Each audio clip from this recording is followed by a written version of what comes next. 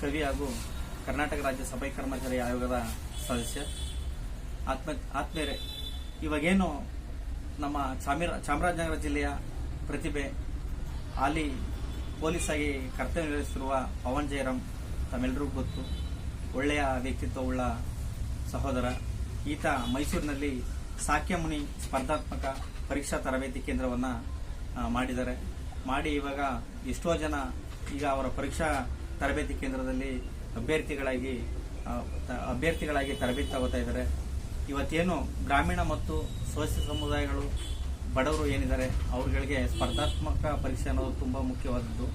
ಇವತ್ತು ಸ್ಪರ್ಧಾತ್ಮಕ ಪರೀಕ್ಷೆಗಳಲ್ಲಿ ಭಾಗಿಯಾಗಿ ಅವರು ಪರೀಕ್ಷೆಗಳಲ್ಲಿ ಒಳ್ಳೆಯ ಮಾರ್ಕ್ಸ್ ತಗೊಂಡು IAS KS ಉನ್ನತ ಅಧಿಕಾರಿಗಳಾದರೆ ನಿಜಕ್ಕೂ ಸಂತೋಷ ವಿಚಾರ. ಅಂತಹ ಉತ್ತಮ ಸೇವೆಯನ್ನು ಕೊಡ್ತಿರುವಂತಹ ಸಹೋದರ ಪವನ್ ಜಯರಾಮ್ ಅವರು ನಿಜಕ್ಕೂ ಶ್ಲಾಘನೀಯ ಕೆಲಸ ಮಾಡ್ತಾ ಇದ್ದಾರೆ.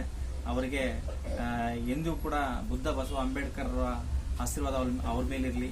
ನಾನು ಅವರನ್ನು ಸುಮಾರು ಕಳೆದ ಒಂದು 25-30 ವರ್ಷಗಳಿಂದ ನೋಡ್ತಾ ಇದ್ದೀನಿ. ಒಳ್ಳೆಯ ವ್ಯಕ್ತಿತ್ವ ಬೆಳೆಸ್ಕೊಂಡು ಈವರೆಗೂ ಅವರ ಜರ್ನಿ ತುಂಬ ಕಷ್ಟದ್ದಾದರೂ ಇವತ್ತಿನ ಅವರ ಪರಿಸ್ಥಿತಿ ನೋಡಿದ್ರೆ ತುಂಬ ಖುಷಿಯಾಗುತ್ತೆ.